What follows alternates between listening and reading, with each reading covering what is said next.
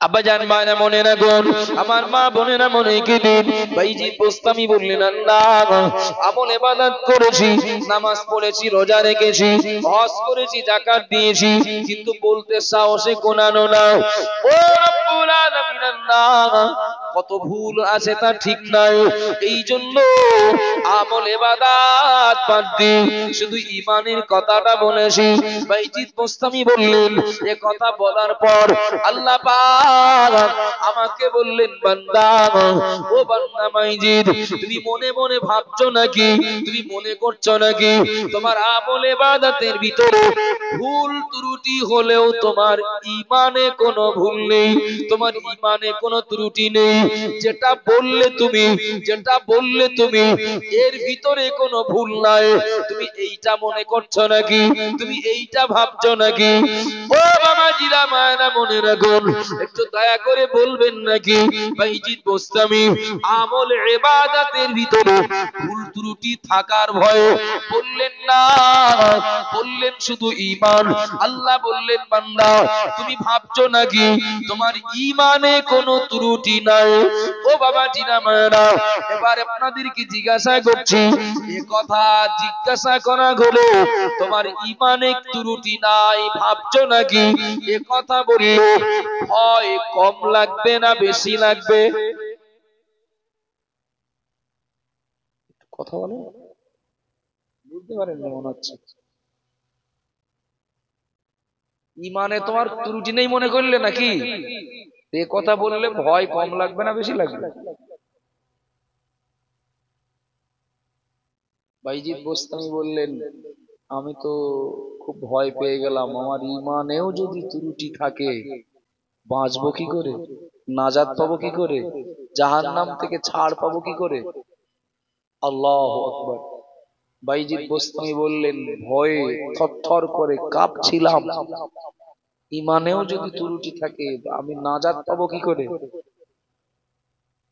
বাইজিদ বোস্তামি বললেন, আল্লাহ পাক আমাকে বলছেন, বান্দা হয়তো তোমার মনে নাই, আমি মনে করিয়ে দিচ্ছি, মনে করে দেখো, তুমি একদিন ঠান্ডা দুধ পান করেছিলে, ওই ঠান্ডা দুধ পান করার পর তোমার সর্দি লেগেছিল, তোমার ঠান্ডা লেগেছিল, তোমার শরীরটা খারাপ হয়েছিল। ও আমার বান্দা বাইজিদ, তুমি তোমার জবান দিয়ে একটা কথা বলেছিলে, আমি দুধ যদি ঠান্ডা পান না করতাম আমার সর্দি লাগতো না, আমার শরীর খারাপ হতো না, ঠান্ডা দুধ না পান করলে আমার শারীরিক সমস্যা হতো না, আমার এই রোগ হতো না, দুধ যদি গরম করে পান করতাম তাহলে আমি ঠিক থাকতাম, ভালো থাকতাম।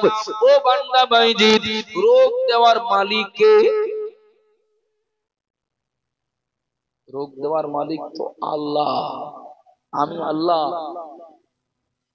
তোমার তোমার এই ঠান্ডা দুধ খাওয়ার পরে, পান করার পরে যে সর্দি কাশি হলো, দোষ কার দিলে? মনে আছে? তোমার মনে না থাকলেও আমার আছে। আমার কথা কি আপনাদের অসুবিধা হচ্ছে নাকি? একেবারে কবরবাসীদের মতো চুপচাপ থাকলে খুব বিরক্ত লাগে কথা বলতে। তোমার হয়তো মনে নেই, সেই যে বলেছিলে না ঠান্ডা দুধ খেয়ে আমার এই সর্বনাশ হইল, তোমার মনে নেই তা আমার মনে আছে। ও ভাইজি, দুধ রোগ দেওয়ার মালিক দুধ না আমি? তুমি সেদিন বললে ঠান্ডা দুধ পান করে সর্দি লাগলো, ঈমান তো তারই খাঁটি যে বিশ্বাস করে রোগ দেওয়ার মালিক আল্লাহ, সুস্থ রাখার মালিক আল্লাহ। তোমার ঈমান যদি 16 আনা খাঁটি থাকবে, কোনো খুঁত না থাকবে, কোনো ত্রুটি না থাকবে, ঠান্ডা দুধের দোষটা দিলে কেন? যদিও আমি আল্লাহ তোমার ও অপরাধ মাফ করে দিয়েছি। সুবহানাল্লাহ বলে, একটু মহব্বত করে বলেন না। অকারণ এই আষাঢ় শ্রাবণ ভাদ্র মাস বর্ষাকাল, এটা কাল মানে ঋতু অনুযায়ী বলা যায়। এরপরেও আষাঢ় মাসে ঝাঁঝালো রৌদ্র, সারাদিন বৃষ্টি নেই, ভাদ্র মাসে সারাদিন রৌদ্র বৃষ্টি নেই হয়।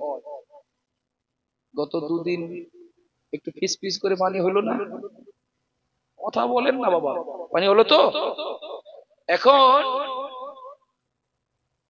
একটা সভা, একটা সভা, সে যে গ্রামে যে পাড়ায় যে উদ্দেশ্যেই হোক, তার বলো এক দুজন হলেও শত্রু থাকে, থাকে না থাকে না? কাকে বলে? কেউ এমনও বলবে যে ওই 16 দলীয় ফুটবল খেলা হবে, ওই জায়গায় 500 টাকা চাঁদা দেবো, তো তোদের 5 টাকা দেবো। ওই গান হবে, ওই যাত্রা হবে, কি তোদের 100 টাকা চাঁদা দেওয়ার তুলনায় 100 টাকা টিকিট কাটতে। এখন সভা কমিটির উপরে রাগ, কি সবার উপরে যে কারণে হয়তো রাগ আছে। এখন সে সভা পৌষ মাসের 5 তারিখ, সেই দিনই পানি হয়েছে, সেই দিনে পানি হয়েছে। তাহলে পানি হবে না কেন? সভা কারা দিচ্ছে সেটা তো দেখতে হবে। শুনছেন না? পানি হবে না কেন? সভাটা কারা দিচ্ছে ওটা তো দেখতে হবে।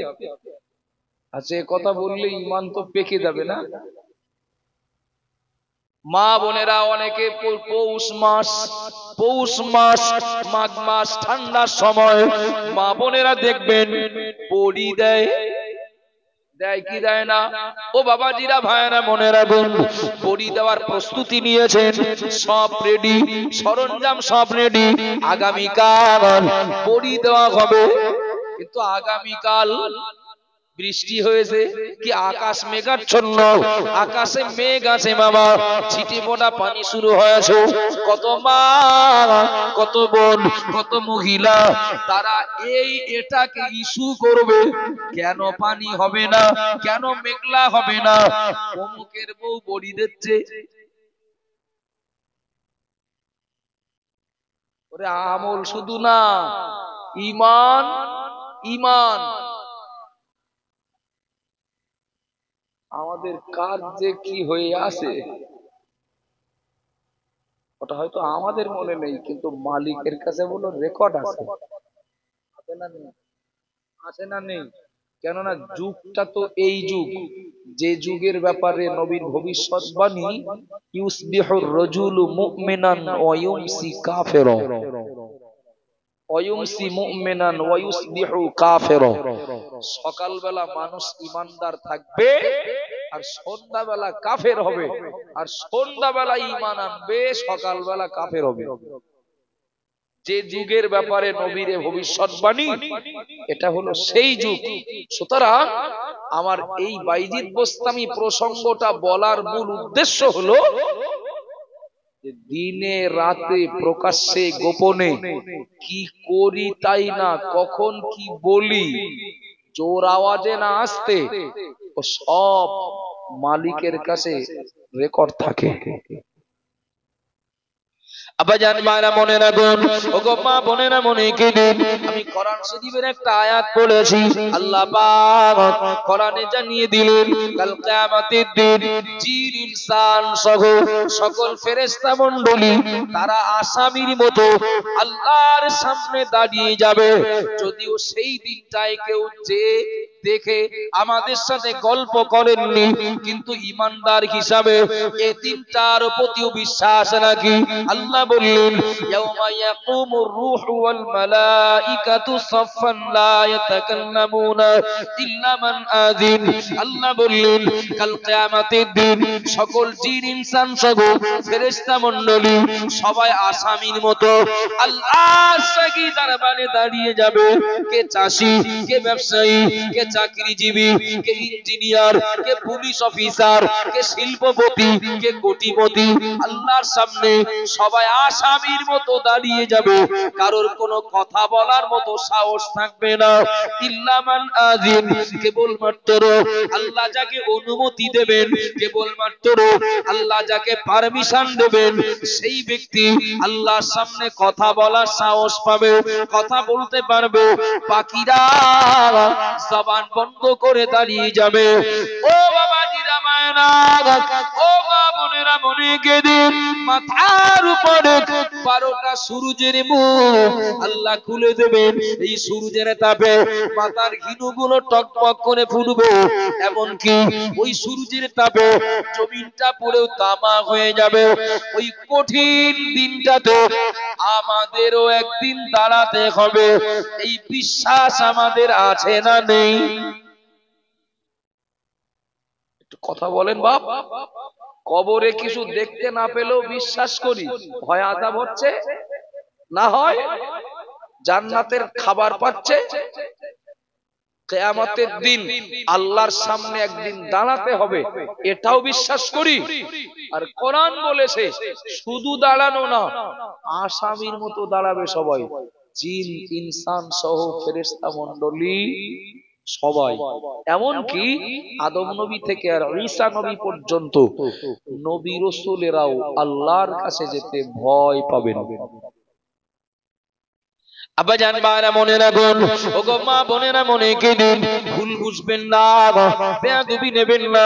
আমি একটা ধারণা দেওয়ার জন্য চেষ্টা করছি, অমনোযোগী হন না।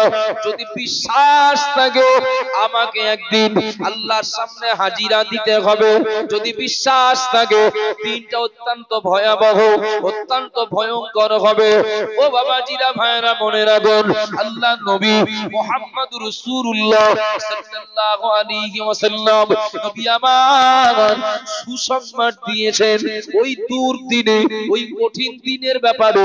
আল্লাহ নবী কয়েকটা শ্রেণীর মানুষের জন্য সুসংবাদ দিলেন। কয়েক শ্রেণী বলতে 7 শ্রেণীর মানুষের কথা নবী বলেছেন। কাল কিয়ামতের দিন মাথার উপরে যেদিন 12টা সূর্যের মুখ আল্লাহ খুলে দেবেন, জমিনটা পুড়ে যেদিন তামা হবে, সবাই যেদিন ইয়া নাফসি ইয়া নাফসি করবে, আল্লাহ পাক 7টা গুণের মানুষদেরকে ওই দিন সূর্যের তাপ মাথায় লাগতে দেবেন না, জমিনের গরম আল্লাহ তাদের ভোগ করতে দেবেন না। 7টা গুণের মানুষকে আল্লাহ তার রহমতের আরশের ছায়ায় জায়গা দেবেন। একটু জোরে বলুন সুবহানাল্লাহ, আরো জোরে বলুন সুবহানাল্লাহ। ও বাবাজিরা মায়েরা, মাথার উপরে সূর্যের তাপ লাগবে না, জমিনের গরম তার সহ্য করতে হবে না, আল্লাহর আরশের ছায়ায় জায়গা পাবে। এটা মনে রাখা দরকার, যাদেরকে আল্লাহ আরশের ছায়ায় জায়গা দেবেন আশা করা যায় তারা জাহান্নাম থেকেও বেঁচে যাবেন। আমারে বক্তব্য বেঈমানদের জন্য না, আমারে বক্তব্য ঈমান হারাদের জন্য না, মুশরিক কাফেরদের জন্য না, আমারে বক্তব্য ঈমানওয়ালাদের জন্য। ও ঈমানওয়ালা বান্দা বান্দি, যদি বিশ্বাস হয় হাসরের ময়দানে আমাকে একদিন দাঁড়াতে হবে, তাহলে সূর্যের তাপ এবং জমিনের গরম সহ্য হবে না। এটা যদি বিশ্বাস হয়, তাহলে আপনার আমার কপাল যদি বাঁচাতে হয়, আপনার আমার কপাল যদি খুলতে হয়, ওই বিপদ থেকে নিজেকে যদি বাঁচাতে হয়, আল্লাহর আরশের ছায়ায় যদি জায়গা নিয়ে নাজাত পাওয়ার গুণ অর্জন করতে হয়, তাহলে আপনার আমার জন্য প্রিয় নবী মুহাম্মদুর রাসূলুল্লাহ সাল্লাল্লাহু আলাইহি ওয়াসাল্লাম বললেন, তোমাদের 7টা শ্রেণীর মানুষদের ভিতরে একটা শ্রেণীভুক্ত হতেই হবে। কুনু আহাদা সাবআতা, হয়ে যাও 7 শ্রেণীর ভিতরে এক শ্রেণী। তাহলে মৃত্যু পরবর্তী জীবনটাতে কঠিন কষ্ট থেকে বাঁচা যাবে। সুবহানাল্লাহ বলেন, একটু মহব্বত করে বলেন বাবা। 7 শ্রেণীর ভিতরে এক শ্রেণী হতেই হবে। আমি সব বলবো না, প্রয়োজন মতো একটা দুটো বলবো, তাতে আমার কাজ মিটে যাবে। আব্বাজান বারা মনে রাখুন, আমার মা বোনেরা মনে কেদিন আল্লাহ পাক রব্বুল আলামিন বললেন, আল্লাহর নবী বললেন, 7 শ্রেণীর মানুষ আল্লাহর আরশের ছায়ায় জায়গা পাবে, ওরা নাজাত পাওয়ার যোগ্য হয়ে যাবে। ও বাবাজিরা মায়েরা, যদি চান আমি জাহান্নাম থেকে বাঁচি, হাসরের ময়দানের আযাব থেকে বাঁচি, তাহলে আল্লাহর নবী যে 7টা শ্রেণীর কথা বললেন, আপনার আমার উচিত হলো তার ভিতরের কোন একটা শ্রেণীভুক্ত হওয়া। ঠিক বলছি না ভুল বলছি একটু বলবেন নাকি? দুনিয়ার ডাক্তার তাই সে বসিরহাটের হোক, বারাসাতের হোক, কলকাতার হোক আর ভেলোরের হোক, দুনিয়ার ডাক্তারেরা আপনার আমার শারীরিক অবস্থা বুঝে যা প্রেসক্রিপশন করেন, যা গাইডলাইন দেন, আপনাকে যদি বেঁচে থাকার ইচ্ছা থাকে তাহলে আপনাকে এইভাবে খেতে হবে, এইভাবে চলতে হবে, দৈনন্দিন এতটা পথ হাঁটতে হবে, আপনার জীবনে এই এই বিষয়গুলো বাদ দিতে হবে, এই বিষয়গুলো আপনার বাস্তব জীবনে ধারণ করতে হবে। ডাক্তারদের দেওয়া প্রেসক্রিপশন অনুযায়ী চলতে গেলে প্রকৃতপক্ষে স্বীকার করতে হবে আপনার আমার অনেক কষ্ট হয়। গরুর গোশত খেতে ইচ্ছা হচ্ছে কিন্তু ডাক্তার বলে খাওয়া যাবে না, বড় মাছ খেতে ইচ্ছা হচ্ছে কিন্তু ডাক্তার বলেছে খাওয়া যাবে না, চিংড়ি মাছ খেতে বিরাট মন চাচ্ছে কিন্তু ডাক্তার বলেছে খাওয়া যাবে না, ভোরবেলা উঠে 2 কিলোমিটার হাঁটতে হবে, ঠান্ডা লাগবে, কষ্ট হবে, ওই সময়টা লেপ কম্বলের ভিতরে আরামের পরিবর্তে রাস্তায় হাঁটতে হবে, কষ্ট হবে, এরপরেও ডাক্তারের নির্দেশ। যদি সুস্থ থাকতে চান, এই রোগ থেকে যদি বাঁচতে চান, তাহলে কিন্তু এগুলো করতে হবে বাবা। রোগ থেকে মুক্তি পেতে এবং সুস্থ থাকার আশায় ডাক্তারের পরামর্শ কষ্ট হলেও যদি মেনে নিতে হয়, জাহান্নাম থেকে বাঁচার আশায় এবং হাসরের ময়দানে কঠিন কষ্ট থেকে বাঁচার আশায় নবী যে প্রেসক্রিপশন করেছেন, একটু কষ্ট হলেও মানার চেষ্টাটা করতে হবে না হবে না? আব্বাজান ভাইরা মনে রাখুন, আমার মা বোনেরা মনে দিন, আল্লাহ পাক কাল কিয়ামতের দিন যে 7টা গুণের মানুষকে তার আরশের ছায়া জায়গা দেবেন, তার ভিতরে একটা শ্রেণীর কথা বললেন এবং 1 নম্বরে বললেন ইমামুন আদিলুন, ন্যায়পরায়ণ ইমাম আল্লাহর আরশের ছায়ায় জায়গা পাবে। ন্যায়পরায়ণ ইমাম আল্লাহর আরশের ছায়ায় জায়গা পাবে। বেলগড়িয়া কিংবা আশপাশ গ্রাম থেকে আসা মেহমান যারা যেন ভাববেন না ন্যায়পরায়ণ ইমাম মানে শুধু মসজিদের ইমাম না, এক কথাই ধরে নিতে পারেন যারা ন্যায়পরায়ণ নেতা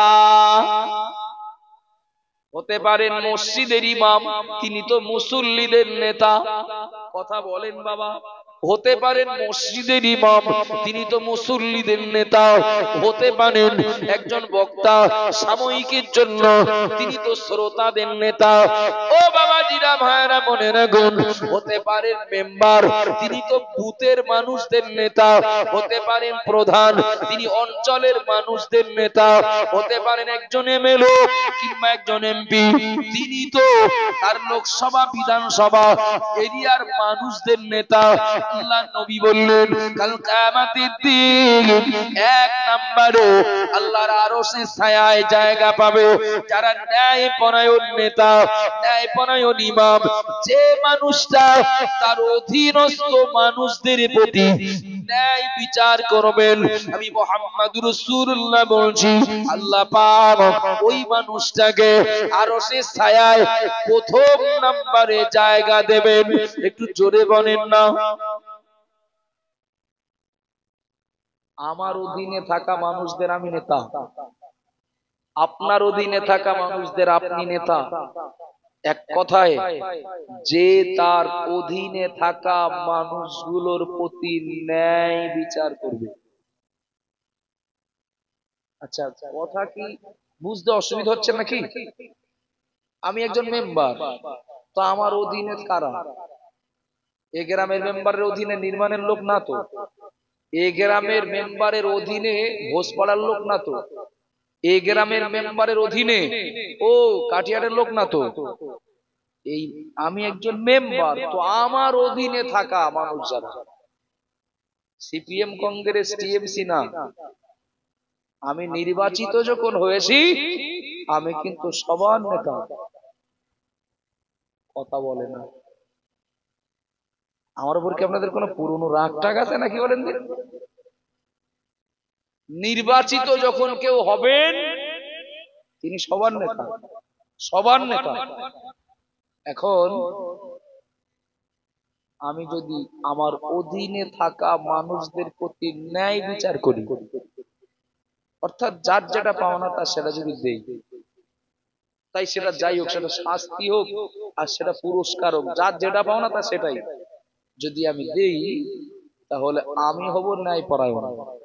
ন্যায় পরায়ণ এই গুণটা অর্জন করতে পারলে আমি আরো সে ছায়ায় জায়গা পাবো। কথাটা আমার না, কথাটা আপনাদের মসজিদের ইমামেরও না, কথাটা নবীর কথা। নবীর, আমি নবীর ওই কথাটা, ওই হাদিসটা সহজ ভাষায় মনে করেন আমি খাদিম করছি। রান্না কিন্তু আমার না, কথাটাও আমার না। আব্বাজান মায়েরা মনে রাখুন, ওগো মা বোনেরা মনে কি দিন ভুল বুঝবেন না, যে তার অধীনস্থ মানুষদের প্রতি ন্যায় বিচার করবে।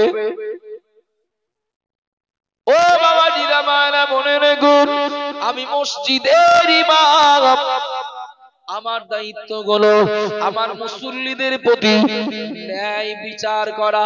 এখানে ন্যায় বিচারটা কি? ইমাম কি ন্যায় বিচার করবেন? ও বাবা জিনা মায়েরা মনে রাখুন, ইমাম তিনি মুসল্লিদের সবার নেতা, তিনি তার কাছে মহল্লার মুসল্লিরা সবাই সমান। অপরাধ করলে সাধারণ মানুষ অপরাধ করলেও অপরাধী, যদি সেক্রেটারি সভাপতি অপরাধ করে তো অপরাধী। সুদ খাওয়ার জন্য যদি ভ্যানওয়ালার বাড়ি না খাওয়া যায়, সুদ খাওয়ার জন্য মসজিদের সভাপতির বাড়িও খাওয়া যাবে না। ও বাবাজিরা মায়েরা মনে রাখুন, কারোর স্ত্রী মহিলা সমিতি করার জন্য যদি ওই ভ্যানওয়ালা লোকটার স্ত্রী মহিলা সমিতি করার জন্য যদি তার বাড়ি খাওয়া না যায়, তাহলে মসজিদ কমিটির সেক্রেটারি, তার সভাপতিও যদি তার স্ত্রী যদি মহিলা সমিতির নেত্রী হয়, তার বাড়িও খাওয়া যাবে না। আল্লাহকে সাক্ষী রেখে বলছি, একই অপরাধ গরিব মানুষ করলে শাস্তি বেশি, আর বড় লোক করলে নরমাল ভাবে দেখা হয়। হয় না? রাজমিস্ত্রির লেবারি কাজ করার লোকটার মেয়ে, পরিবার তো অত শিক্ষিত না, অত সচেতন না, সে একটা ছেলের সঙ্গে চলে গেছে, সকালে গেছে আবার দুপুরবেলা ফিরিয়ে এনেছে। এখন গ্রামে বিচারকের অভাব থাকবে না যে ও মেয়েটার বা ওই পরিবারের ব্যাপারে কি সিদ্ধান্ত নেওয়া যাবে, কত টাকা জরিমানা করা যাবে, এর সমাধান কোন পথে, কোন পথ অবলম্বন করলে পাওয়া যাবে, করা যাবে, বিরাট ব্যস্ত। কিন্তু গ্রামের মোড়লের মেয়েটা, সে তো এক সপ্তাহ বাড়িয়েছে, ওখানে বলো কেউ নাক গলাবে না। ভুল বলছি? গ্রামের মোড়লের মেয়েটা, ওখানে কেউ তো নাক গলায় না। আমি ইমাম, গরিব মানুষ কেউ আমার দাউদ করলে সেখানে আমি তার কি কি দোষ ত্রুটি আছে দেখি, দেখার দায়িত্ব তো আমার। কিন্তু ওর থেকে বড় আসামি যারা আমার ডাইনে পায়ে আমার পিছনে বডিগার্ড হয়ে আছে, কিন্তু তাদের ব্যাপারে আমার কিন্তু কোনো ভূমিকা, কোনো অভিযোগ, কোনো আপত্তি নেই। আমি কি বিচারিতা করলাম না? কথা বলেন, বললাম তো আমার কাছে সবাই সমান। সুদখোর তো সুদখোর, সে আমার মুয়াজ্জিন সাহেব হোক আর সে আমার মহল্লার একজন সাধারণ মানুষও হোক, অপরাধী তো অপরাধী, আমার দৃষ্টিতে সবাই সমান। যে অপরাধের জন্য ওই সেই পাড়ার শেষ মাথার লোকটার বাড়ি যাব না, আমার মসজিদের পাশের বাড়িওয়ালা যদি সেই অপরাধে অপরাধী হয়, আমি তার বাড়িও যাব না। কথা বোঝা যাচ্ছে বাবা? যে অপরাধের জন্য সাধারণ মুসল্লির বাড়ি আমি খাবো না, ওই অপরাধটাই যদি মসজিদের মুয়াজ্জিন সাহেবের ভিতরে থাকে, তার বাড়িও আমি খাবো না। এটা নাই বিচার, এটা নাই বিচার। যদি ইমাম সাহেব তার কদম শক্ত করে এই নীতির উপরে দাঁড়িয়ে থাকতে পারেন। অপরদিকে সৎ কাজের আদেশ, অসৎ কাজের নিষেধ সবার জন্য একই বার্তা। এ নীতির উপরে ইমাম সাহেব যদি দাঁড়াতে পারেন, ইমামতিও হবে, আল্লাহর কাছে তিনি ন্যায় পরায়ণ ইমাম হওয়ার কারণে আরো সে ছায়ায় জায়গা পাবেন। একটু মহব্বত করে বলেন। আব্বাজান বায়না মনে রাখুন, ওগো মা বোনেরা মনে দিন, একটু খেয়াল করবেন বাবা। এবার বলছি, আমি একজন মেম্বার, আমি একজন প্রধান, আমি একজন বুথ সভাপতি, কি আমি একজন গ্রাম্য লিডার। ও বাবাজিরা বায়না মনে রাখুন, গণতান্ত্রিক রাষ্ট্র, গণতন্ত্রে বিশ্বাসী আমরা। যার যেটা খুশি সে সেটা করতে পারে, যার যেটা খুশি সে সেটা ধরতে পারে, যার যেটা খুশি সে সে রাস্তায় হাঁটতে পারে। কিন্তু আমি যখন নেতৃত্বের জায়গায় বসবো, আমার ডিউটি হলো আমার অধীনস্থ মানুষ পাওনাদার যারা, তাই পুরস্কার হোক আর তিরস্কার হোক, তাই সেটা টাকা পয়সা হোক আর শাস্তি হোক, যার যেটা আমার কাছে পাওনা আমি তাকে যদি সেটা বুঝে দেই, তাহলে আল্লাহর কাছে আমি ন্যায় পরায়ণ হব। কিন্তু কিছু মনে নেন না বাবা, একেবারে রান্নাঘর থেকে গ্রাম্য স্তর থেকে শুরু করে আর পার্লামেন্ট পর্যন্ত 100-র ভিতরে দুজন ন্যায় পরায়ণ নেতা, 100-র ভিতরে দুজন ন্যায় পরায়ণ নেত্রী খুঁজে পাওয়া বলো বিরাট কষ্টকর। ও নেতা হাফেজ সাহেব হতে পারে, ও নেতা হাজী সাহেব হতে পারে, ও নেতা মাওলানা হতে পারে, ও নেতা সম্ভ্রান্ত পরিবারের কেউ হতে পারে। খোঁজ নিয়ে দেখুন, আপনি বাহ্যিক সাইনবোর্ড যেটা দেখছেন আপনি হয়তো আন্দাজ পাচ্ছেন না, কিন্তু আপনি ভিতরটা দেখুন। বাহ্যিক ভাবে মুসলমানের নামটা পেয়ে আপনার মনটা একটু শান্তি পেল, তার কার্যকলাপ, তার চিন্তা ভাবনা, তার যা সমীক্ষা অনেক অমুসলমানদের থেকেও খারাপ। ঠিক বলছি না? একটু কথা বলেন না। যখন দেখছি তাই তো এই মন্ত্রীদের মুসলমানদের, তাহলে মনে হচ্ছে আমাদের একটুখানি উপকার হবে না। খোঁজ নিয়ে দেখুন না, ফেরাউনির থেকেও খারাপ। কথা বলেন না। ও বেঈমান কাফেরদের থেকেও মুসলমানদের আরো বড় শত্রু। পাওয়া যাবে না? যাবে না? খুব যাবে। আমি অন্ধ, আমি কালা, আমি কি মঙ্গল গ্রহ থেকে আচমকা নেমে এসে কি স্বপ্নে থেকে কথা বলছি? একদম না। একদম গ্রাম্য স্তর থেকে আর পার্লামেন্ট পর্যন্ত আমি অমুসলমানদের কথা বলছি না। আগেই তো বলেছি ওরা আমার বক্তব্যের বিষয়ের বাইরে। মুসলমানগুলোর কথা বলছি, যারা বিশ্বাস করে কবরে আযাব হতে পারে, জান্নাতের নিয়ামত পাওয়া যেতে পারে, যারা বিশ্বাস করে কিয়ামতে আল্লাহর কাছে দাঁড়াতে হবে, আল্লাহর কাছে হিসাব দিতে হবে, আমি তাদের কথা বলছি। গ্রাম্য স্তর থেকে শুরু করে আর পার্লামেন্ট পর্যন্ত যে দায়িত্বে যেখানেই মুসলমান নেতা, লিডার বা নেত্রী রয়েছেন, আপনি খোঁজ নিয়ে দেখুন অমুসলমানদের সঙ্গে নেতৃত্ব দেওয়ার চরিত্রে তারা আলাদা বৈশিষ্ট্যের না, প্রায় সমান। ভুল বলছি নাকি?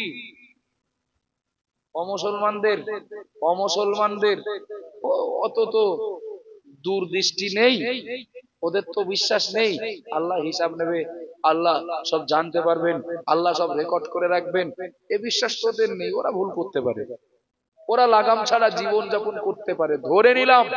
কিন্তু আমি মুসলমান তো যে মানুষটা আমার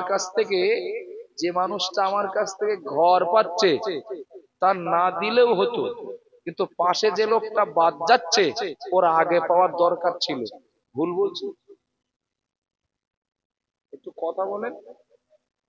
ভুল বলছি নাকি? আপনি বলবেন ও হাত তো আমাদের গ্রাম্য কারণ না, ও হাত তো ওপর লেভেলের না গ্রাম লেভেলের, এটার দেখ হলেও তো আমরা বুঝি। কথা বলেন না বাবা। আমফানে ঘর ভাঙলো আমার, আমি গরিব মানুষ, আর টাকা পাচ্ছে পাশের বাড়ির সেই সাত দেওয়া লোকটা। এসব ওপর লেভেলের কারবার নাকি? হ্যাঁ, ও জানলো কি করে? ও লোকের অ্যাকাউন্ট নাম্বার ওপর লেভেল পর্যন্ত পৌঁছালো কি করে? ওই অ্যাকাউন্টে টাকাটা আসলো কি করে? কিছু মনে নিলে হবে না। আমি যখন নেতৃত্বের জায়গায়, আমাকে ভাবতে হবে যে পাওনাদার তাকে যদি না দিয়ে, যে পাওনাদার তাকে যদি দেই, পাওনাদার না তাকে যদি দেই, পাওনাদার লোকটা না পাওয়ার কারণে দুর্বল হওয়ায় সে আমার জামার কলার ধরে হয়তো আদায় করবে না, কিন্তু কিয়ামতের দিন ও পাওনাদার হয়ে রাস্তা আটকাবে, পথ আটকাবে। আমার 10,000 টাকা পাওনা ছিল, আপনি চক্রান্ত করে আমাকে বঞ্চিত করেছেন, 10,000 টাকার বিনিময় দিয়ে তাই জান্নাতে যান, খবর বলো বিরাট খারাপ হবে। আমার 1 বিঘা জমি ছিল, জমিটা লিজ দিয়েছি, আমি চাষ করি না, করেছেন যিনি, এখন সে বন্যায় তার ফসল পুড়ে গেছে। জমি আমার, কিন্তু লিজ নিয়ে চাষ করছিলেন যিনি, ফসল পুড়ে গেছে তার। ক্ষতিপূরণ পাওয়ার কথা কার?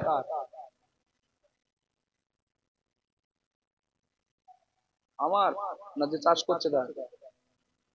ক্ষতিপূরণটা কার? ফসলের ক্ষতি হয়ে যার ক্ষতিপূরণটা তার তো। এবার সে যদি চাষ জমির মালিকের সাথে আপোষ মীমাংসায়, আপোষ, দেখো তোমার তো 3,000 টাকা ক্ষতি হয়েছে, তুমি 5,000 নাও, আর জমিটা তো আমার, তা আমার 5,000 দাও, আপোষে যদি হয় তো সে বিষয়টা আলাদা। আমি করলাম কি, আদৌ গরিব মানুষটার বুঝতে দিলাম না, কাগজপত্র জেরক্স করে যা কিছু প্রয়োজন জমা দিলাম, আরো 500 টাকাও সঙ্গে মিষ্টি খাওয়ার জন্য দিলাম, ক্ষতি হলো একজনের আর ক্ষতিপূরণ পেলাম আমি। আমিও তো সাধু নাকি? আর এ কাজটা করেছেন যিনি, এ কাজটা সমর্থন করেছেন, এ কাজটা হতে সাহায্য করেছেন যিনি। আমি শুধু যদি এই কথার উপরেই বক্তব্য রাখি, আমরা কেউ বাদ যাব না। আপনাদের কথা বলছি না, আমি ধরে বলছি, আমরা কেউ বাদ যাব না। আমাদের